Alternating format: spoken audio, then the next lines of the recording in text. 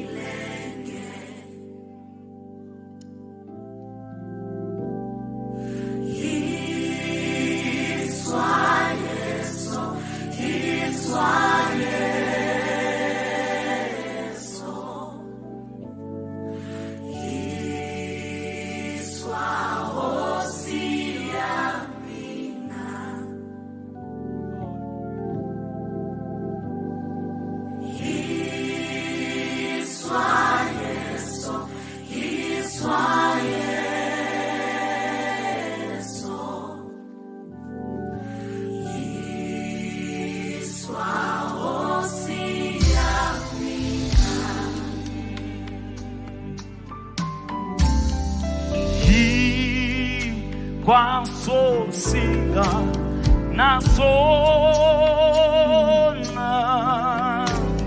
nza sinike na Yesu ma tito nino muanga oh ma okoni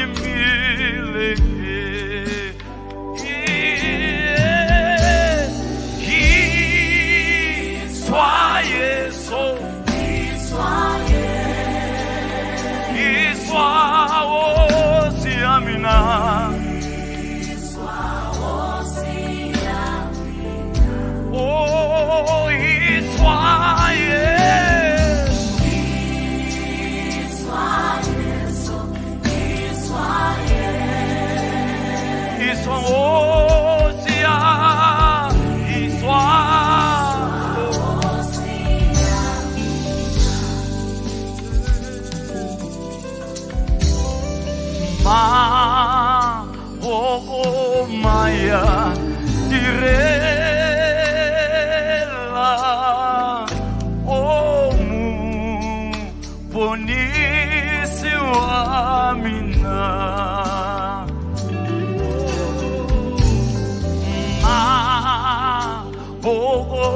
Maya direla omu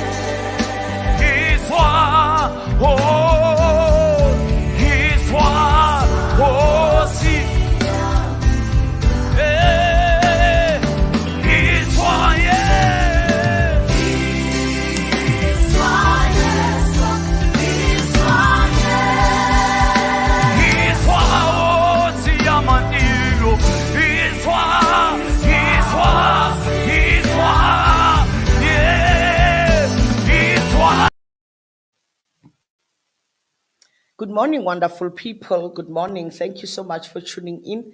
That who was playing that song, that beautiful song that I just played. It's called Yiswa Yeso. It's from the album, the Living Word. It's an album by my son, Kujo Malete. It's available now for order if you are interested. 100 rand is the CD price, 160 it's the USB price. So just give us a call, give us a shout, and then you are able to get yourself a copy of that beautiful project. And on that note, yes, if you would like me to play any of your songs on this podcast, please do feel free to contact us and then get in touch with us. And we will be able to play your music. Of course, this is a platform where we promote local musician. It's not to say overseas we won't play, but I would really like to promote my local brothers and my local sisters. Welcome to this podcast this morning. My name is Pastor Ntabisi Ngwepe, and I am here with you this morning for beautiful Monday morning. A little bit chilly, but very sunny out there. So winter is winter. So I've got to share this with you. Keep yourself warm. You don't want to be out there in the cold. You don't want to be out there catching a flu. And there's a very nasty bout of flu going on around. So please do keep yourself warm. Please do keep yourself all together. Pastor Clement says, Gingenile. Welcome, Pastor Clement, and welcome to my husband. Welcome to Pastor Clement Uti. Hi, Gingenile. He's within and he's joining us this morning. And welcome to Pastor Franz. I'm surrounded by pastors, guys. I love this. I love this. I love this. My husband, hello. And then, of course, there's Pastor Kucho there. And he's here with us this morning. He says, we are together. And then I've got my brother all the way from Palabura. And where is he? I don't see him now. I think he just deleted there. No, there he is. There he is all the way in Palabora. Glenn Hundu. He says, good morning, women of God. Thank you so much for tuning in and joining us. It's a wonderful morning, and I'm glad you are with us, servant of God. And of course, we've got Sis Damaris. She's here with us. She's the baking queen, guys. She says, just join. Thank you for coming through, my sister, all the way from Soshanguve. And we've got Mohali Mutimelo Kieu. Oh, this is my wonderful brother. Yeah, I'm older than him. So here we are, there we are. And thank you so much. On, yes, you are definitely on. Now let's go on to onto the YouTube on the Instagram platform. I've got here says Kobela, my daughter. Thank you for tuning in. And she says, morning. Now let's rock. Let's do this, guys. On this wonderful morning, I'm here to speak to you about this topic: managing your expectations. Managing your expectations. Do we not all have expectations? Do we not all have those things that we plan and we want to achieve and we want to do, and we've got a timeline and we've got this and we've got this, and I'm gonna do this by this time, and I'm gonna do this by the age of, and I'm gonna have my kids by the age of, and I'm gonna be married by the age of, and I'm gonna be having a job by the age of. We all have expectations, we all have a timeline, we all have plans that we make. But what happens when those plans don't fall through? What happens when our plans don't come through? What happens when things don't happen the way that we need them to happen, the way that we expected them to happen, the way that we thought they will happen? Well, I've written my life story, The Mending of a Broken Vessel. This book, I share with people how my own life expectations were not met, how I was disappointed in life, how things that I anticipated, would go X, they actually went south and they never materialized at all. So what am I saying to you? I am talking about a topic that is very close to my heart. I am talking about something that I know all too well. I am talking about something that I am very familiar with. Excuse me as I take my hand over to the other side. That's my Instagram live video. It's on the other side. So, guys, what do you do when you have plans? What do you do when you say, I'm going to achieve this by this time? And this is a reality that we live in our country. For the simple reason that, you know what? Our country is facing the highest stats when it comes to unemployment. It is facing the highest stats when it comes to suicide. It is facing the highest stats when it comes to a number of divorces as well. So there is a lot that is not being met relational wise. There's also a lot that is not being met in terms of the economic standing. So occasionally we do suffer disappointments, and it seems like disappointments are the order of the day. So this is a good topic to tackle, right? This is a great topic to tackle, because many of us don't actually know how to deal with disappointments, how to deal with our plans not following through, right? So we have had recent reports. This is one very lousy weekend that went by.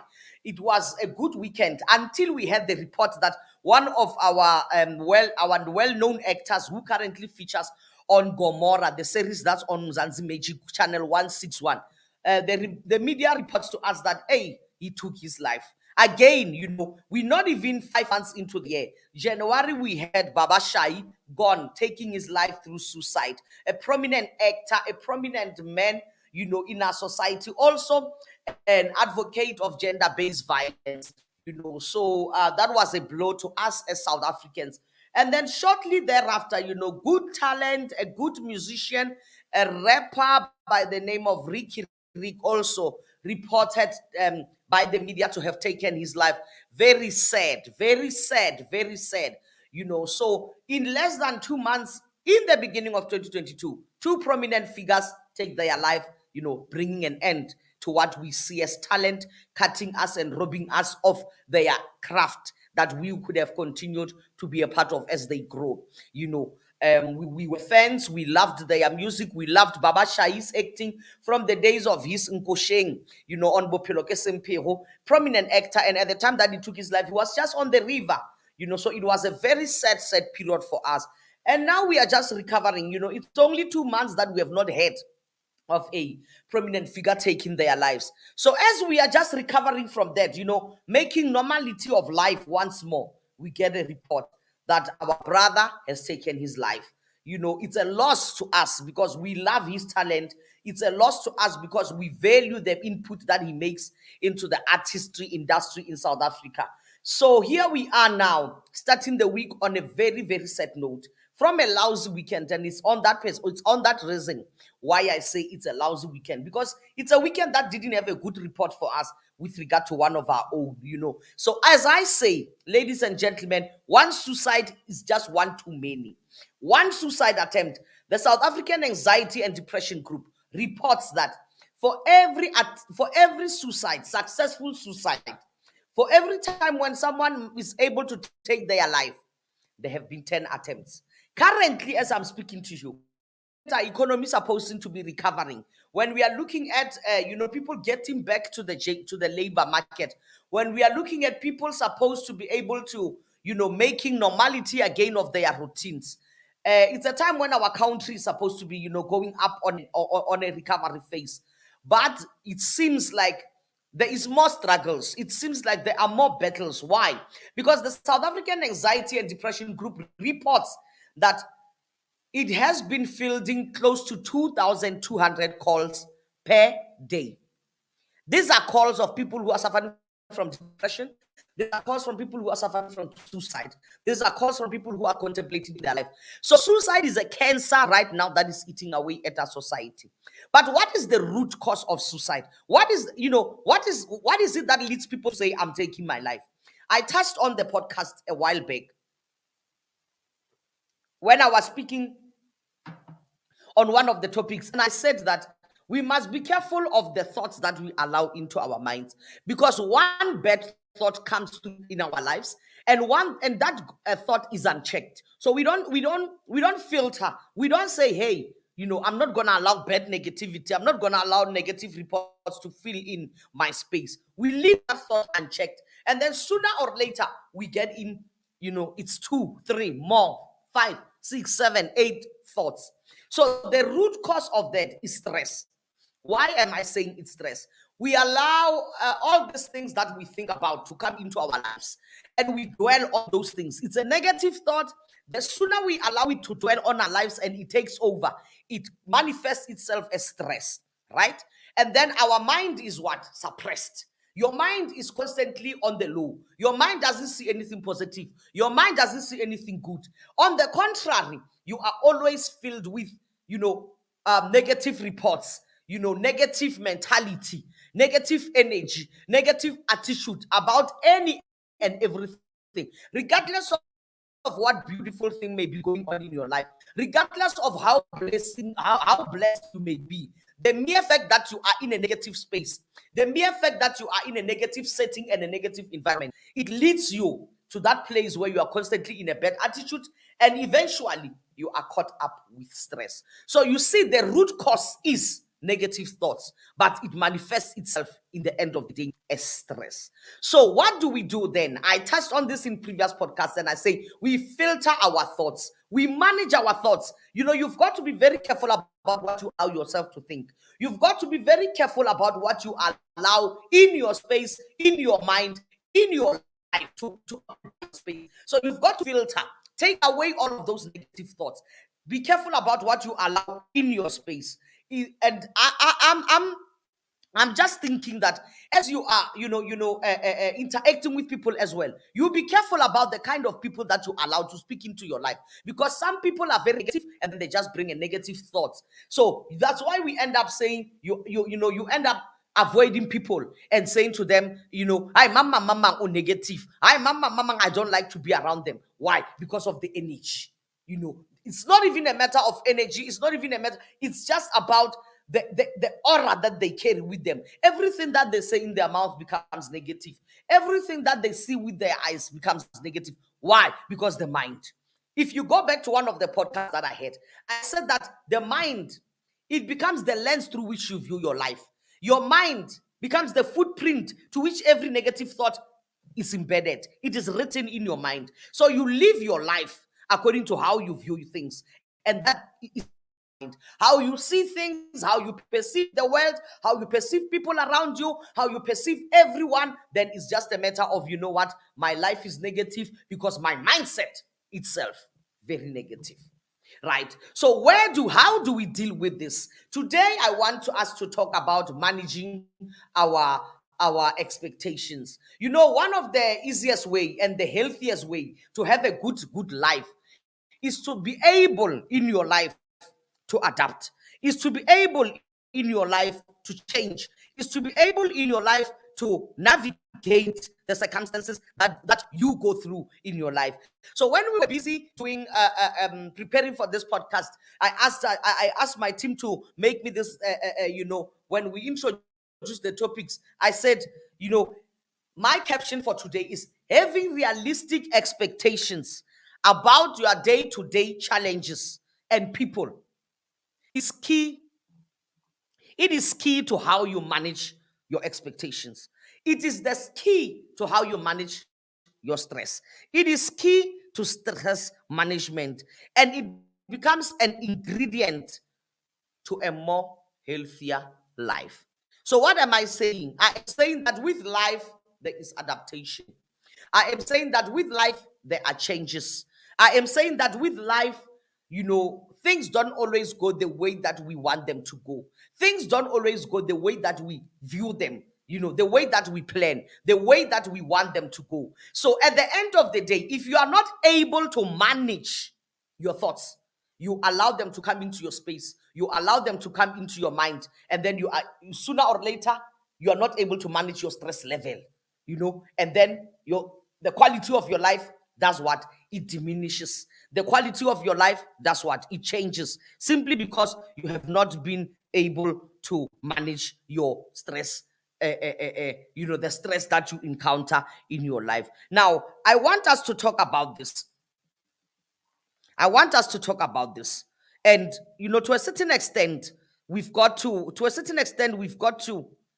be able to manage our day-to-day disappointments.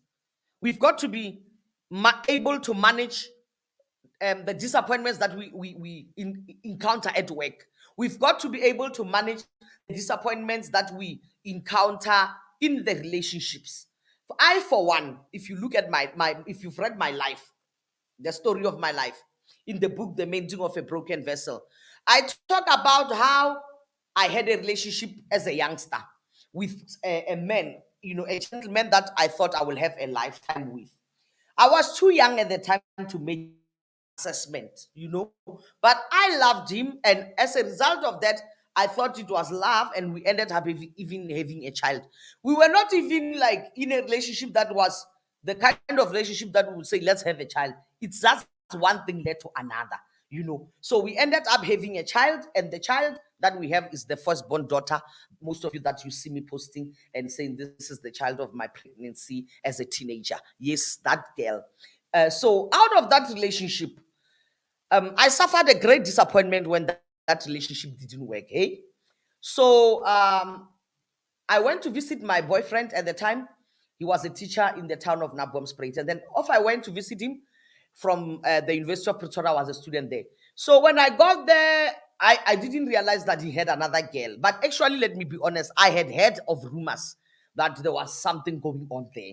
And I even saw that there was quite a change in conduct. So I went there to visit him, and nothing sinister showed itself.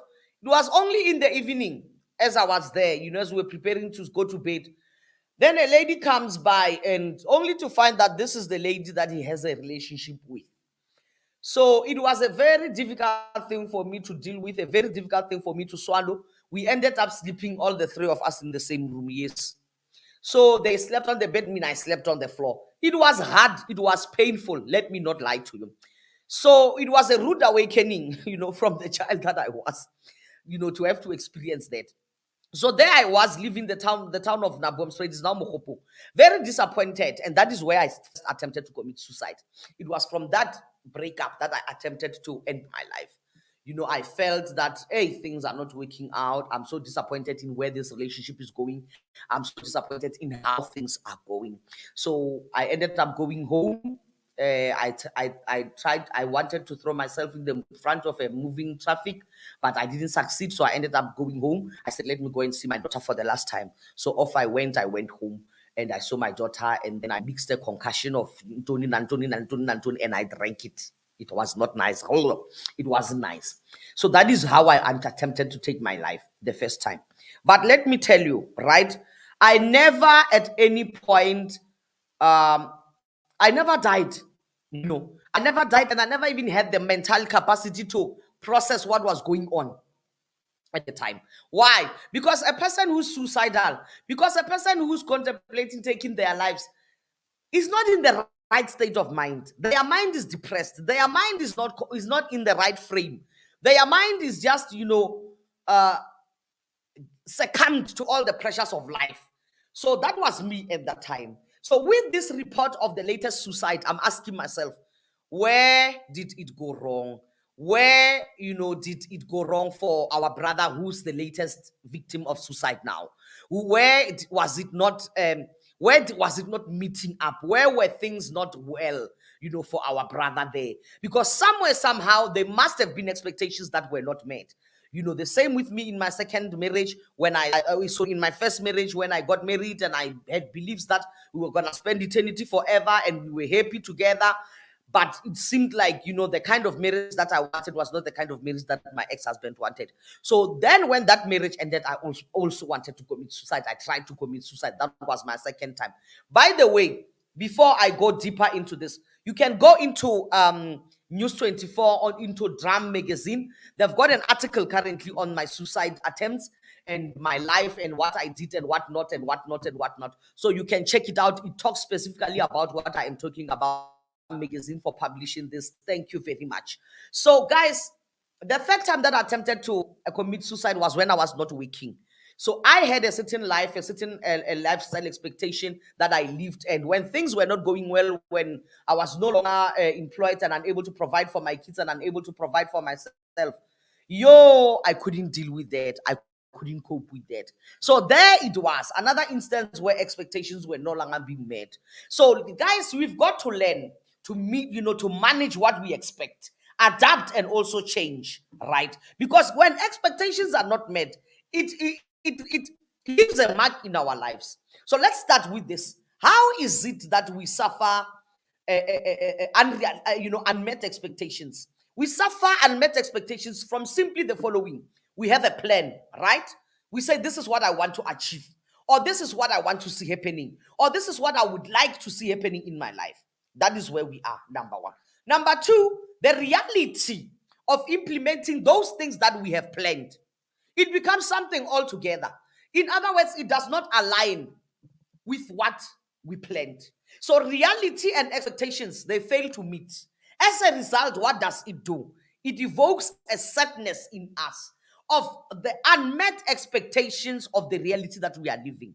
So we suffer disappointments of the unmet, a sadness of the unmet disappointments of the reality that we are living. That is what causes, our expectations and our environment to start being unpleasant for us. Because what we are looking for and what we are doing, they don't meet at some point. They don't meet. So we become sad. Now, with most people, we express our sadness differently. Some people withdraw, disengage completely. And then some people will go like, okay, they don't even voice out what is wrong. They don't even say, you know what, I'm unhappy, I'm not, this and this in my life was not fulfilled, this and this in my life is not working out. No, they don't even talk about that. They just withdraw. They keep quiet. And they get into this deep hole where unmet expectations are now, forging this world of I'm a failure. Carving this world of no matter what I try to do, I can never succeed. That is what we see people doing. So that is one way in which they react to unfulfilled, expectations. My husband says some of our problems as men, he says some of our problems as men is we don't want to speak, right? I just touched on that. So the people withdraw, they don't want to share. They don't want to share their emotions. They don't want to share their disappointments. They don't want to share their unfulfilled, state. And then he says, we allow our issues to pile up and trying to appear strong in front of people. Then at the end, we become stressed. And we do what? We end up taking our lives. That is one manner in which people deal with disappointments. They withdraw. They don't speak. They allow issues to pile up. They allow what happened last year. This issue becomes another issue on top of it. And this too becomes another issue on top of what happened in 2020. This too becomes another issue on top of what happened in 2065, in 2016.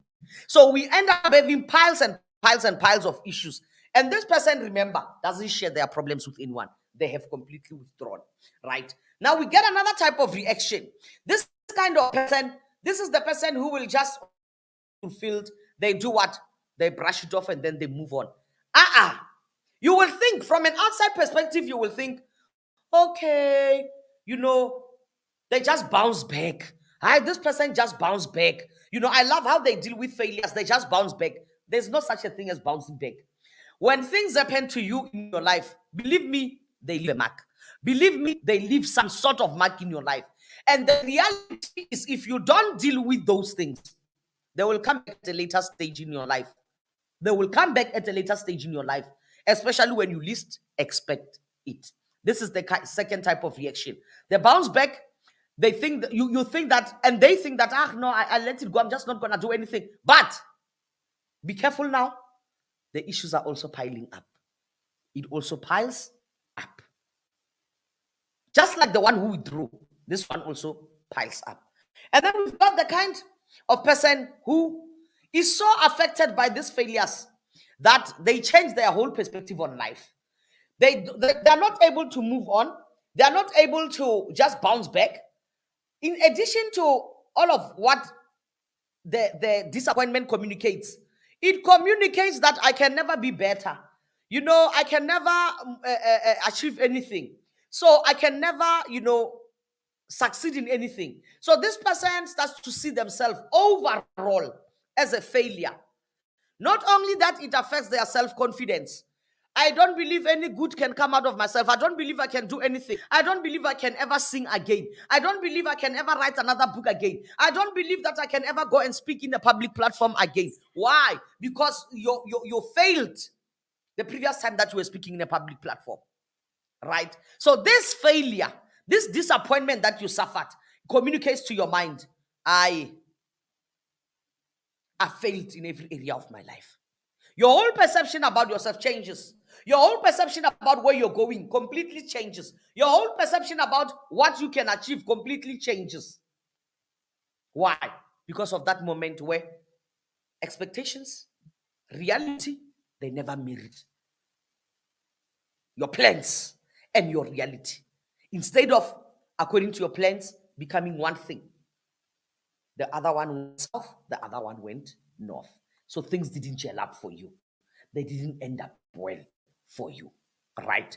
So now, ladies and gentlemen, it's very important that we grasp this, because one other thing that I've also made a note of is that we've got another type of people who react by frustration, emotional ventilation.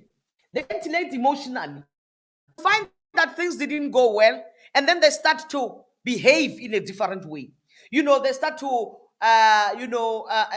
exhibit their frustration towards other people. If it's a husband, you find that he starts being abusive to the wife. If it's a wife, you find that she starts being abusive verbally to the husband, some even physically. If it's the mother, you find that she starts mistreating the children. Why? Because it did not go according to plan as she had planned. And then she comes to that point where she's not able to deal with it. We experience this a lot, and I'm not a psychologist, but I have experienced this in my own life. And this is a topic for another day on another podcast, but I want to share it in a little, minutest details with you. Throughout the frustrations that I was suffering as a failed person, in my view. Remember, I failed in my marriage. Remember, in my first marriage. Remember, I failed to have a job, economically to provide for my children. So I ended up, taking out the frustrations on my kids. During those things when I was going through the difficulties of dating, after my first marriage, trying to navigate the dating world, from relationship to relationship, and those relationships not working out, my children will tell you, I was the most horrible mother. Why? Because I could not keep, I could not deal with the emotions inside. I was so, I bottled up everything. I couldn't talk to them. They were too young. So I couldn't express myself to say, I'm disappointed by this. I'm hurt by this. This is not going well. This is going bad for me. This and this and this is not working out. No. Instead, I would shambok and hit my kids a lot.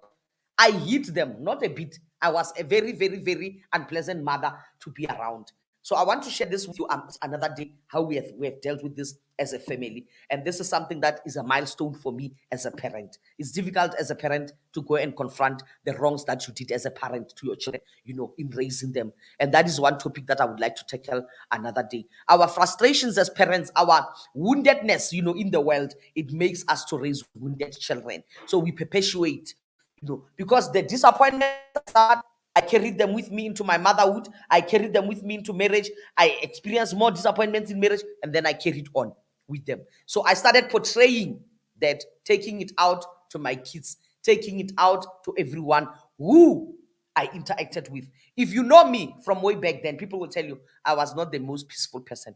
If you know me from way back, people will tell you, Ntabi saying she was very, very, very, very unpleasant to be around, very confrontational, very this, very that, very that.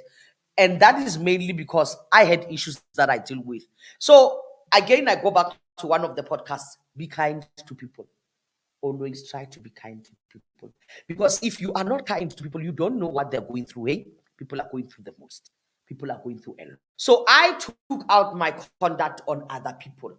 It was not only my children, it was also other people that I came into contact with. Every interaction for me became a battle, even in my professional life. Every interaction became a fight where I was, out there to prove myself. I was out there to show people that, you can't just do with me as you like. I will deal with you. I will do this. I will do this. I will do this. I will do this. Why? Because I was hurt and I was wounded. Right? So that is the kind of person who deals with frustrations. To where? To the outside world. They are unable to say, my expectations have not been met. They are unable to say, I've suffered disappointments. They are unable to say, life is not working out for me. So they do what? Let's recap. They withdraw. That's the first kind of person. They become, violent people. They become people who suppress problems, or they become people who just bounce up as if things are going well, only to find that things are not well. On the exterior, it will seem like things are okay, only to find that things are not okay. So then, I want us to realize a person like that, in that situation, it becomes very difficult to help them. Why? Because in any situations, the voices that you will hear the loudest in your life are your own voices. That is why when we go back to the suicide podcast that I did, and we go back to what the media has been reporting, we had Ricky wrote in his note, in his suicide note, he said the voices never went away. Those voices loudest in his head. So no matter how you try to assist someone that is going through a phase of sadness, a phase of disappointment, through unmet and unfulfilled circumstances, the loudest voices that they will hear are their own. So we've got to come to a place where we start with the mindset of such a person. Why? Because the mind is what drives the communication to themselves, to their state, to their emotional being, to their beliefs about themselves, to their perception. Is what the mind tells them that they start communicating into their other areas of life. So we've got to be mindful that when we are dealing with, when it comes to unfulfilled expectations, tackle your mind. You tackle your mind. And I touched on this podcast a while back. I said, you look at the problems differently. Instead of saying I'm such a failure, instead of saying I'm not, I can never be any good, instead of saying I'm not, I can never do anything right. No. You change. All right. I made this mistake in my life. How do I best learn from it? Now I've got a lesson that I'm taking forward. I know now what not to do. That's one way of dealing with it. You also have that responsibility to say, you know what? Instead of believing I'm not good enough, you start believing, I'm unique. I've got my own set of attributes. I've got my own set of qualities that can work in a different area. Maybe the kind of person I am does not work for what I've planned to do, but it can work for this and that and that and that. Right. So the mindset of such a person becomes very important, so that we do what? We change the voices that are speaking, so that those voices, instead of speaking from a place of negativity, those voices, instead of speaking from a place of unfulfillment, they can now start speaking from a place of positivity. In other words, simply what I'm saying is, we take those things which are bad, we start to do what? We use them for what? For the good. We take those experiences which are bad, we say, oh, all right. Oh, okay. I failed. You say, no, how best can I do this? I can make a second attempt. And I know what not to do going forward in the second attempt. Because XYZ did not work when I was trying this for the first time. So you take life lessons from that, so that we change how the mind perceives that situation. Instead of the mind perceiving it as a failed situation, we start taking the mind on a journey of lessons. We start taking the mind on a journey of achievements, to say, you know what? I can achieve this better without trying 1, 2, 3, 4. I can give you a simple example, and Pastor Clement can attest to this. How many times did I fail with this podcast? The first time that I wanted to do the podcast, I ended up postponing. I wanted to do the podcast the last week of Feb, and I didn't get it right. Then I postponed. I said, okay, that didn't mean right. So we did the podcast the first week, and then things didn't go well. And then the second week, I was not able to log on, and then I ended up, the third week we had challenges with the network, and then we just streamed with the phone. And then at some point, my laptop, collapsed. But now we are at a point, if you check back, with every mistake that I made during the podcast, it has been a room of improvement. So that is why every time we go back with my team, I go back to my manager and I go back with Pastor Clement and we sit and we say, let's reflect on today's podcast. What went wrong? How can we improve on that? So every success that you see someone achieving, it's a result of failures learned. Every success that you see someone showing you, it's a result of mistakes that have now been, instead of being hard on yourself, you start to be a lesson learner. You become a well of wisdom. You become a well of wisdom. If I look at all the successful people, I heard Barack Obama giving a speech just 2 days ago. He said all the people that you see successful, they are a result of a culmination of mistakes. We are, all products of trials and errors. But at the end of the day, we see mistakes. At the end of the day, we make success of those mistakes. And this Musish is saying here, we are proud of the growth of Motivational Mondays. But it didn't start out like that, isn't it? Thank you, Sissy. It didn't start out like that. We had a couple of trials and errors. We had mistakes. And that is what I'm trying to convey to you today. There will be mistakes.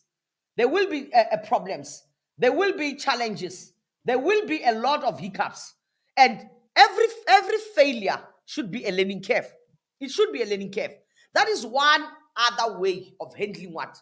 Failed expectations. Failed expectations. So I want to go into detail now. How to approach your failures. How to approach your expectations. And I shouldn't even be using the word failures. How to approach it when things don't go the way you have planned. Right. So you go back. The first and fundamental thing that you can do is adapting to change.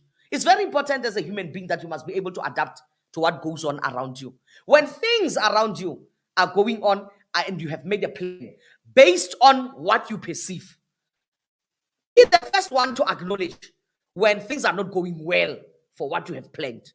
Be the first person to acknowledge that, my plan may say, my plan may say by the age of 30, I want to be married. My plan may say by the age of 30, I want to have kids. But guess what? I'm not married. But guess what? I'm not in a stable relationship. But guess what? I'm not in a position financially to have those kids. So what now?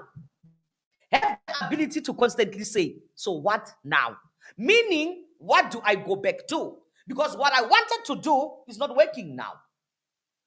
We don't know what happened with our brother. Maybe his role on Gomorrah was terminated. I don't know. Maybe he was not renewed for another season. I don't know. Maybe things in a relationship fell apart. We have no way of knowing. But the what now is crucial, because you must have the ability to say, now that things have not worked out, what do I do? The problem with many of us is dwelling on the failures. We don't go the what now. We go, oh, it's there. Oh, ay. Kuphelile ngami. I believe me, I'm not gonna rise from this. Believe me, I'm not gonna go, I'm not gonna achieve anything more. I cannot do anything more. Nothing good will ever come. How am I going to look at people? That is the problem. Be the first one to acknowledge that no. I need to reevaluate. I need to reevaluate.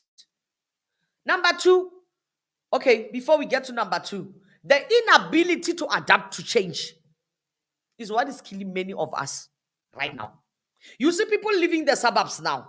You see people driving fancy cars now. You see people, with their kids in a school where you know that the school fees monthly alone is 7,000. They've got 3 kids. It's 21,000. How are these people coping? Amidst it all, as a result of COVID, we lose our jobs. So many of us, instead of going back to the drawing board, adapting to what we are facing, we get so staunch, we get so fixed in what we are living, that it becomes too much of a problem for us to reflect and say, "Aye, we are better." It becomes too much of a problem for us to reflect and say, I'm drowning in all of this. Instead, we become too concerned. I saw Sisinta dropping a son at Kuro. I saw Wusi dropping a son at Kuro. That is the clap that I must keep up with. That is the clap that I must continuously move in. So you don't know what is it that they are facing. So have the ability to adapt.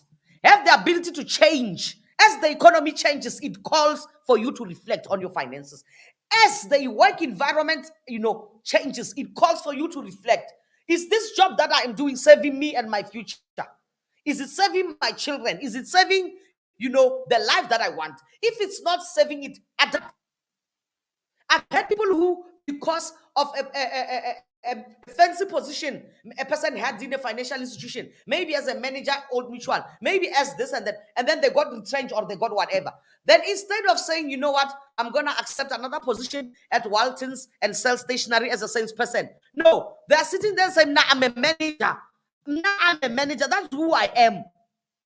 So I'm not going to accept another position.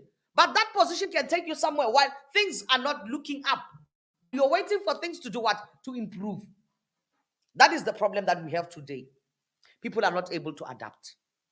We make plans, we stick to them. When those disappointments come and deal aside with our plans, instead of saying, yeah, hi, no. What can I do? We get deeper and deeper and deeper into debts. We get deeper and deeper and deeper into proving a point. We get deeper and deeper and deeper into showing people that means I can do it. That means I can. That means I can. Adapt. Ndase, adapt. Child of God, adapt. Nothing will kill you when you adapt. Nothing will kill you when you change your situation. Number 2, don't judge yourself. When you plan and things don't go according to plan, when your reality becomes different, do not judge yourself. Many of us, we label ourselves as failures. Like I said, the biggest voices, the loudest voices, the harshest voices, they come from ourselves. Do you know that you can be kind to yourself? Do you know that you can be good to yourself? Even in your failures, you can be the one person who coach yourself. You can be the one person to say, you know what, man, things are not working out. You know what, I could do better. Let me try to do better. Next time, another opportunity will come. Instead of doing that, you go, why did I do that? Why did I say that? Yo, I've failed myself. I've failed my children. I've failed my husband. I've done this. I've done that. I've done that. I've done that. I've done that. We are too hard on ourselves. We are too hard on ourselves. There's no need for us to be hard on ourselves. Let us be kind. Please, let us be kind to ourselves. Acknowledge it when things did not work out. But persecute ourselves? No. Go back to the drawing board? Yes. Go back and reevaluate? Yes. Reflect? Yes. Adapt. But judge yourself? No. Many of us like to cry over spilled milk. You can't cry over spilled milk. It's done, it's done. One other area where I battled myself, was with the loss of my second child. Because as most of you know, you have read my book, The Mending of a Broken Vessel. I talk in here, I share candidly about how I was supposed to have another child while I was in university. And I took a decision not to. It's a decision that it took years for me to come to peace with. It's a decision that took years for me to arrive at a place where I can openly talk about it without even shedding a tear. It took me a long time to cry. It took me a long time to get to a point where I can acknowledge it. It was not even a door that I wanted to open. And finally, when I opened that door, it did not become a place that I was able to, freely vocalize. And since I've been able to talk about it, the pain has lessened. I've not been judging myself. I've not been, condemning myself. I've not been harsh on myself. Always remember this. There's nothing that you can do about the past, but you can do something about the future. Nothing. Nothing. Absolutely nothing. So condemning yourself, so crying over spilled milk, so saying this and that, it's not going to help you. Accept that it has happened. Forgive yourself. Yes, I said it, forgive yourself. Many of us struggle here because we don't forgive ourselves. So we are not able to manage the expectations We dwell on, what did I do wrong? I missed this opportunity. What did I do wrong? Yo, what did I do wrong? Yo, why Mara did I do that? Yo, why did I say that? And then they never took my pitch, and then they never accepted me, and then they never did this. If only I had not done. Forgive yourself. It has happened. It has happened. You just have a lesson that you need to learn from that.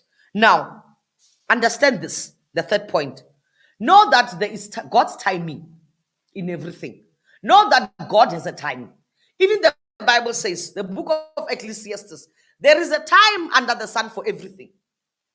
There is a time to weep, a time to dance, a time to die, a time to live, to give birth. Everything under the sun has its time. Some of us, the plans we make, they don't move according to the time of God. They don't move according to God's timing for us. So when those plans fall, it's not because we have done anything. No, it's just simply because it's not the right time for God. I see most people say, I want to get married. I want to have children by this time. I want to do this. But if God doesn't give you a husband by then, what are you going to do?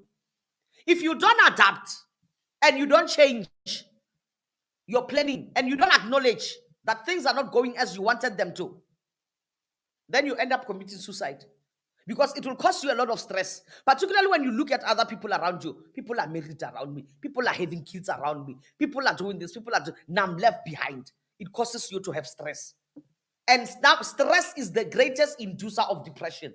Anxiety, they are the greatest inducers of depression. The fact that you cannot accept what happens, the fact that what happened, the fact that you dwell on it consistently, then what happens to you? Sooner or later, you are not able to cope. Sooner or later, you see, no, let me take my life. All the other accomplishments in your life, they start talking nothing. They start meaning nothing, except but the one thing that you wanted to achieve. And because you cannot adapt to it, you end up taking your life. We've got to learn, people. We've got to learn that God's timing is everything. You may want to do this. You may want to do that. You may want to do that. That is why even the Bible says to us, Paul says, I wanted to come to you, talking to the church. I think I'm not sure. He's talking to one of the churches, and it's in several scriptures. I think even in Ephesians is there. I believe also in the book of Romans is there. And he says, I wanted to come to you.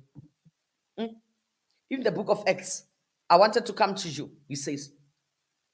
But I was hindered from doing so. So there are things that you will want to achieve, but God will not allow you to. He will not allow you to do what? To go for them at that time. So what you have to do, look for God's timing in your situation, right? Know your journey. That's a very important thing. Know on which course are you. I see there on Insta, and it's talking to this point that I'm making here. She says, we must learn to be content in all circumstances. That's a verse from the book of Philippians, who Paul says, I know how to have and how to lack.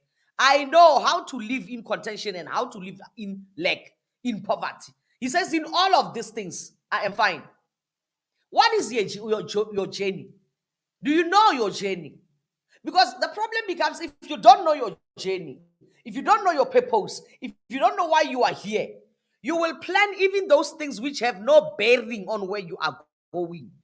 You will want to achieve and bring those things which have no sense, which have no impact, which have no effectiveness in driving you to the next point of your life.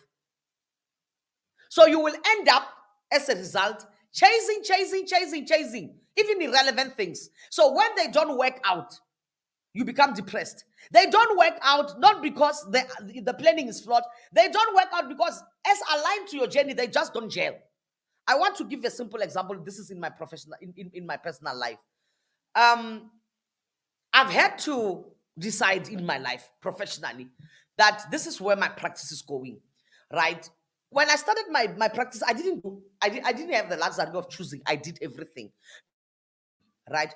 But it got to a point in my life where I said, I cannot do this. I don't want this line of work. I don't want this line of work. So by the end of the day, I decided then that I decided then that I'm not gonna do family law. I'm not gonna do family law. I'm not gonna do certain areas of the law. So, guys, I'm busy now with this podcast, and then I can hear drilling outside. I hope you don't pick it up. It's making quite a lot of noise. So, when I made that decision, when I arrived at that conclusion for my professional life, I started moving away from that line of practice. I started moving away towards where I wanted to go. And up to this day, I can tell you this. Um, I don't take certain kind of work because of that decision I made. I said to myself, I don't like this area of work. So when opportunities arise in that line of work, I just decline humbly. I say no thanks. This is not where I'm going. And some opportunities will arise in the area of work where they bring me money. They can bring me money. They have the potential to bring money. But am I going anywhere with those? Because my practice is focused on one area, and then people want to take me to another area. I've got to be able to say, this is not my journey. You understand? This is not where I'm going. The same applies to even invitations to speak at some events. People will call and will say to me, you know what? We want you at this event. Can you come and speak to the people at this event? And I'm asking, and I ask my team, Sis Busi, can you check, what is this event about? What is this event? Where does it feature in what I'm doing? Where does it feature in where we are going? And some we've had to say, you know what? This is not our passion at the moment. My passion at the moment, it lies on choose to live movement. My passion at the moment, it lies on trying to preserve people, not to commit suicide, trying to lead people to a mental healthy state, trying to lead people to say, I'm battling, I'm not coping, where can I go for help? We are trying to alleviate the stigma of mental unwellness, to say that when someone says I'm not well mentally, then we laugh at them. When they say I'm not well mentally and I'm seeing psychologists, then it becomes a point of ridicule, So I've had to say no, thank you.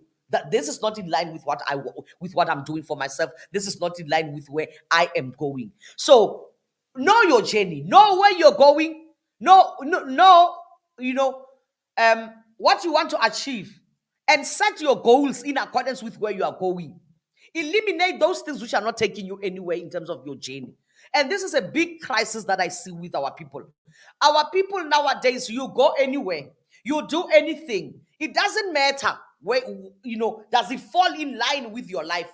Does it fall in line with your calling? Does it fall in line with where God is taking you? No, people just do any and everything as long as they are busy. Be careful not to cluster your life with busyness that is irrelevant. I'll repeat that.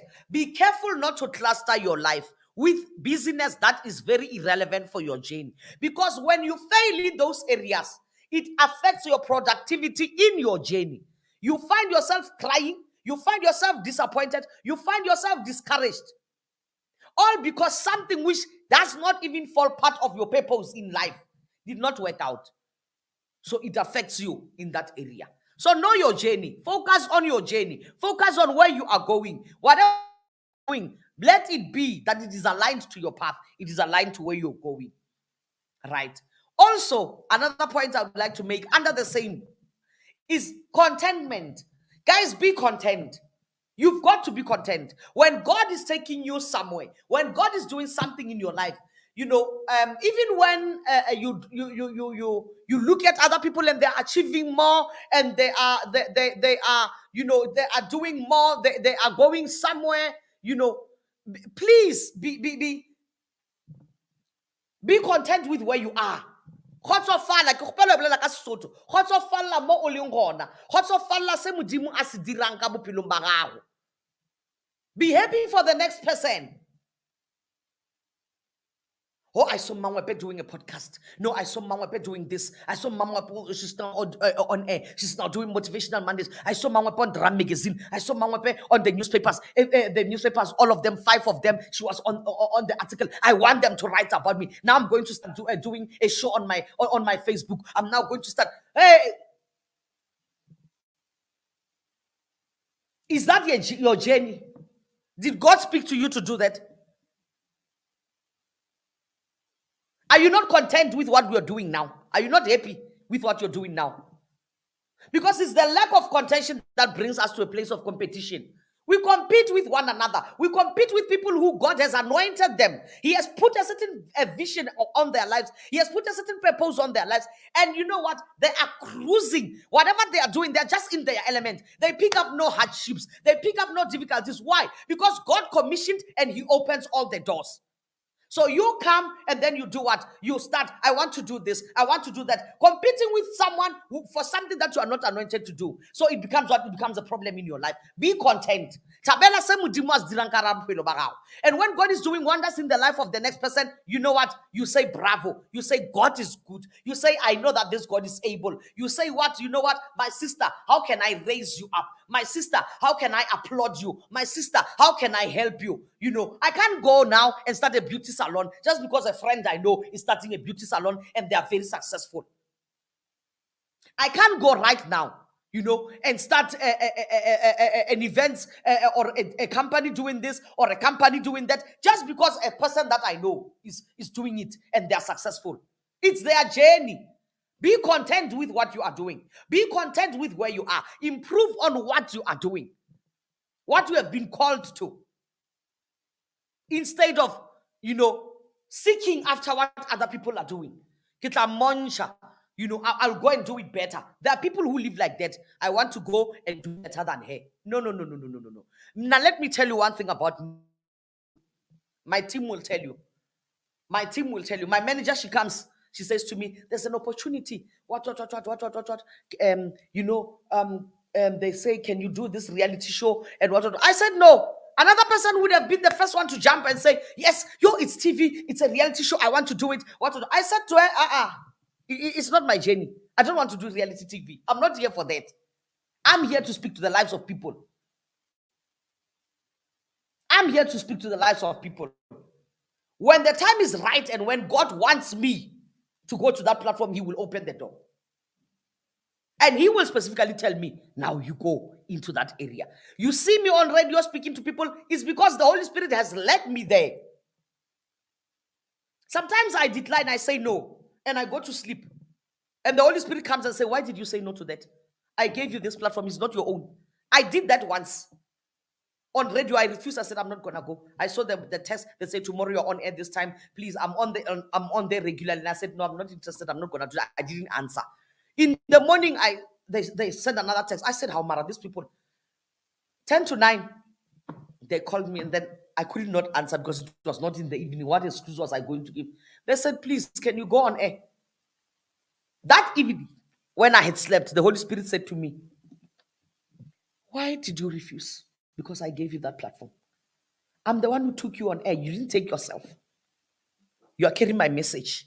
Why do you decline to go and speak to people and tell them what I want them to hear? That's the day I knew. That's the day I knew. Never to go and speak out of 10. The sadness or the greatest disappointment you will suffer is that you will go and represent yourself and not speak for God.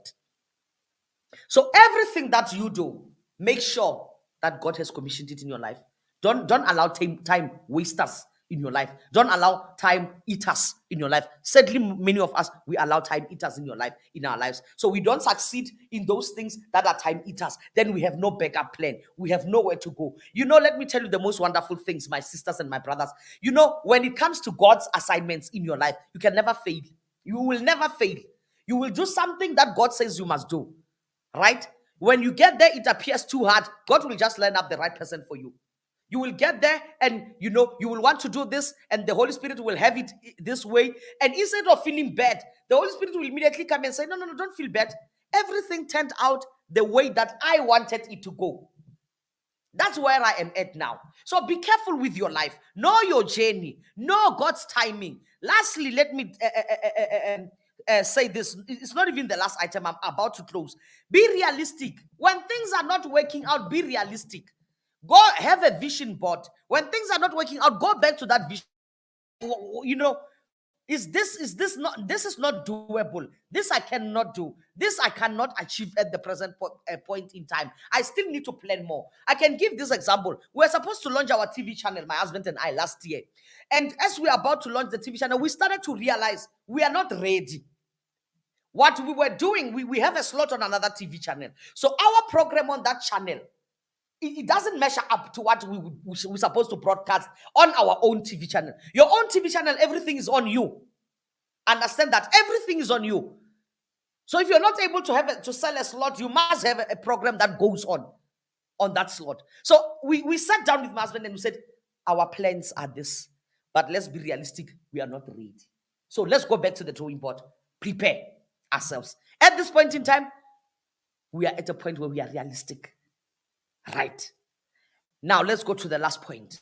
Yes, be realistic about your plans. The last point I'm making, your planning. Your planning. Always revisit your planning. Reflect on what you have planned. Like I said with this example that I gave you. When we planned with our TV channel and we realized that our planning was not working, we went back. We reevaluated. And now we have redrafted our plans. And again, if we realize that our planning is not working again, we will reevaluate. So, ladies and gentlemen, managing your expectations is not hard. The greatest thing for you, reality, reflection, know your journey, God's timing, adapting to change.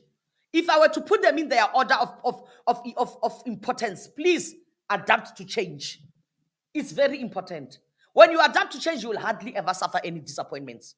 Because when things don't work out, you will realize them for what they are. I know it's not working out. Maybe let's go and reevaluate. Maybe let's go and rechange. Maybe let's go and relook at how we do things. Ladies and gentlemen, I want to tell you this. A healthier life comes from managing your stress. You don't manage your stress, you're going to be in depression. You don't manage your level of depression, you're going to end up suicidal. It's as simple as that. We cannot live in this state where we are constantly hearing people every day taking their lives. It cannot work like that. We've got to raise a society where helplessness, hopelessness are eradicated. We've got to raise a society where in our communities, people are able to say, I'm not well, I'm battling mentally, and then we all run to that person and we say, how do we help you? Have that conversation. Express yourself. How do we help you? You understand? So we've got to change as a society. We've got to erode the stigma of mental unwellness in our lives. And that starts from managing our expectations. And I want to talk to you. Lastly, I'm about to close, I promise you. Expectations about people. I know people who have expected people to help them. I know people who have expected their friends to help them. I know people who are standing at the door handles, right in their hands, having the handle of doors where their friends want to step in, where their relatives want to step in. I want to talk to you right now specifically. Don't expect people to open the doors that they have. It's their doors, it's not yours. I repeat, it's their doors, it's not yours. God will be the one to open the door. I want to share this with you. I've done many things in my life, and I'm surrounded by people who can come and say, you know what, let me take this for you, Ototo Mzansi Magic. Let me do this for you. Let me do this. But I don't expect that. I sit in my place and I wait for God to open the doors. Why? Because when you look at people and you see them as opportunities, you're bound to be disappointed. No, avoid firstly expecting people to assist you where they're not obligated to you. It becomes a situation where it's people. Never use your relationships like that.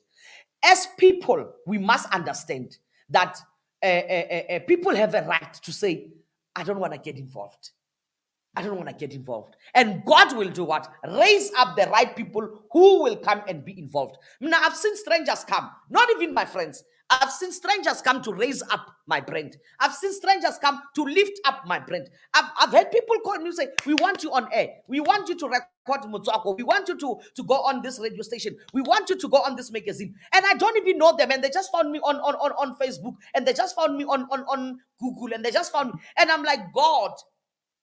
And I've learned not to be bitter about that. I've learned not to look at my friends and say, but why is this person not doing this? I've learned not to look at people and say, but why are they not helping me?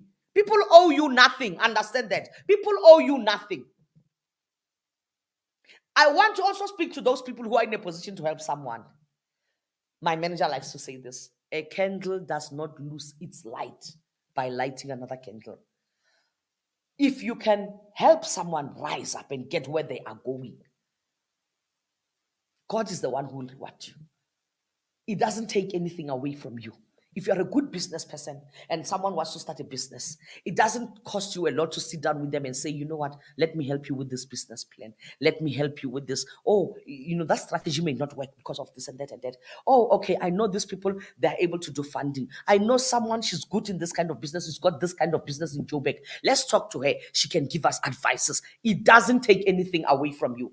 People who are not likely to help you are people who feel intimidated, are people who feel threatened, are people who feel that your your rising is gonna take away from them. Ladies and gentlemen, let me tell you, it's utter what I don't want to say stupidity, but it's intimidation of the highest level if you view other people as intimidating, as taking away from you. If you look at my Facebook pages, I share. If I see this good thing that a friend of mine is doing, I share it. If I hear this good thing that my friend is doing, I will share it. If I've got a friend and she's doing this and that, and I can add on and help alleviate the stress from her and say, you know what, I see you're launching this. Do you have a banner? Do you have cool drinks? What do you need? What can I do? And that is what I do. I know that in their success, I will be mentioned. I know that in their prayers as they pray, I know that in their prayers as they pray, they will say, God, raise her up. I know that in their journey, they will say, you know what, when people talk about the success of the business of so and so, they will say, she built a nice business. She did this, she did that. The minute they talk about that success, there's no way that I will not feel, good, because I participated in the lifting of another up. Above all, God will reward you. So those people who have let down your expectations of help, they were not meant to help you. That's not nice. Oh, sorry, my wash. They were not meant to help you. Don't be bitter, child of God. Don't be angry. Just accept what it is. Keep doing what you're doing and shine. I promise you, the good Lord will bring people and raise them up for you. Let's leave it on that note. I hope many of you are blessed today. How to manage your expectations was the topic for today. And I am hoping that you will join us again next week on Instagram. Thank you so much for coming through. I see a comment by Sesiki Philom Lepo. She says, yeah, a word. Be careful not to fill your life with busyness. Yeah, don't fill your life with business. That is not appropriate. Says Damarishi, says, yo, so much wisdom. Thank you so much, my sister, the baking guru. Thank you so much for tuning in. Thank you so much for being with me today. I'm going to love you and leave you, and I'm just going to make this couple of announcements. Guys, the CD of Kucho Malete is coming out this week. It's available, so please do order it. Please do get in contact with us. It's available. Also, get yourself a copy of that DVD, of that album digitally on all the platforms. Also, order the CD for 100 rands. So the USB also, it's available for 160 rands. And then it's got some very nice songs on it. And then, guys, also let me say to you, like I did say, I thank my people who are working very hard. I'm on Drum Magazine, guys. Even though you may say I'm saying it a lot, now it's not every day a person like me is on Drum Magazine. Please, it's not every day a person like me just is featured in the magazine. Please go to Drum Online and just find me there. Particularly because we are talking about suicide. People say, Marana, you like to talk about suicide. It's burning in my blood. It's burning in my bones. I've got to say something. I've got to say something in an era where I see people saying we don't die, we multiply. I've got to correct that and say, no. You die. How dare you take the decision to end your life? Where are people around you? What is not going right in your life that you take that decision? How bad can things be? We are here to help. We are here to help you. Beat that depression, beat that suicide, beat that mentality that you're going through. So, guys, let me love you and leave you. Okay, sorry. I'm making this announcement on air. We are now going to start a segment that we are going to be doing from the month of June. Right? This is a legal segment. It's right here on Unfiltered with Ntabise Mwepe. So on Unfiltered with Ntabise Mwepe, we will have our motivational Mondays, and then we will have our legal Fridays. we will have our Legal Fridays. So forgive me if I change the day of the week, but for now it's Legal Fridays. So keep a look out on your social media. We will be making the announcement, and on that podcast we will be saying to you, what topic do you want us to discuss? What legal topic do you want us to tackle? Then we will be addressing it. We will be welcoming your comments. We will be welcoming your topic suggestions, and then we'll be addressing them. And I'm also happy to announce, guys, that the initiative we are doing for the legalities of your life, it's not gonna end there. We are going to partner with a major radio station, and we're gonna take it across the country. Thank you so much. Thank you so much. I thank the Lord for this. So keep a watch out for the poster that makes this announcement, and do respond. Show us with a show of hands and say, I'm in. Show us with a show of hands and say, I definitely want this. Also, send us your topics. Please send us your topics. I want you to cover this. I want you to cover this. Many people cannot afford legal services, but you know what? We are here to bridge that gap. The good Lord bless you. The good Lord keep you. The good Lord shelter you. Let me say bye-bye. Love you.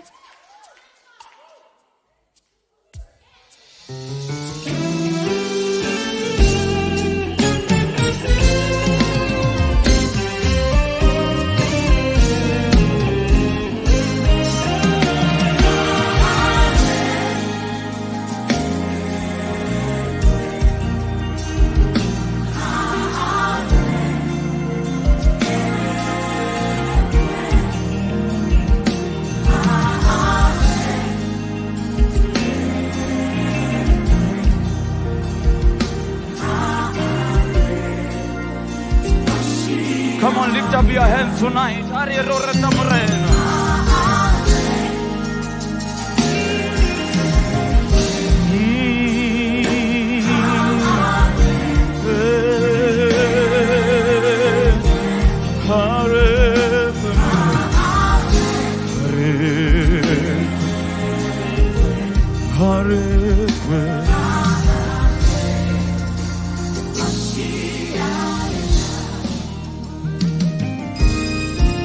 Amaleti wa muki Tate ramata woshi Wavote Holeratu Uchechi kahanya Amaleti wa muki Tate ramata woshi Wavote Holeratu Uchechi kahanya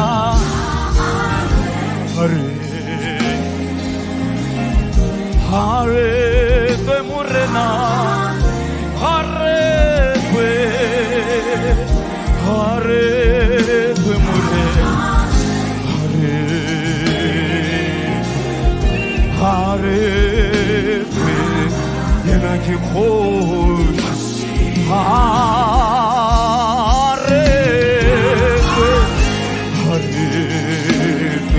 hare kwe murena.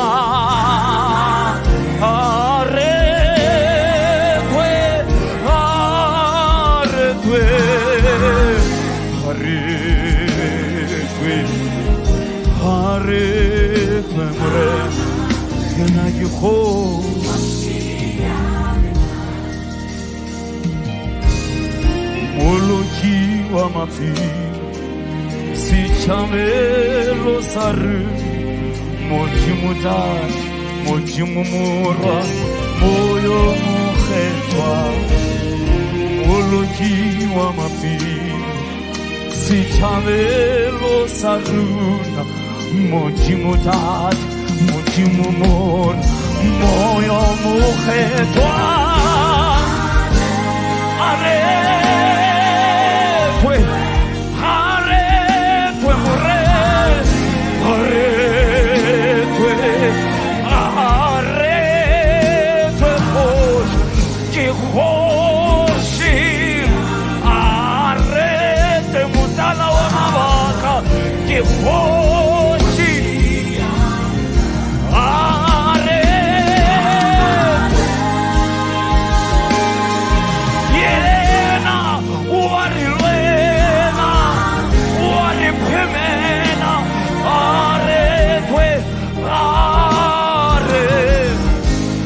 Oh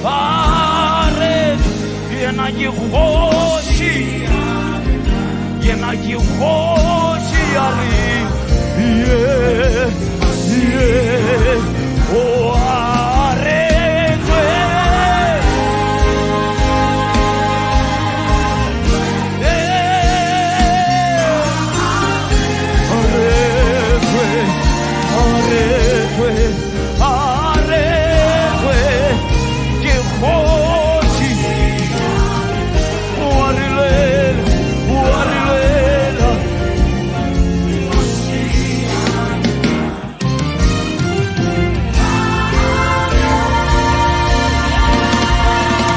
Yena arekwe, re mmone, wa re lwela, wa re lwela. Kgoši ya rena arekwe, phagamiša matsogo o re are.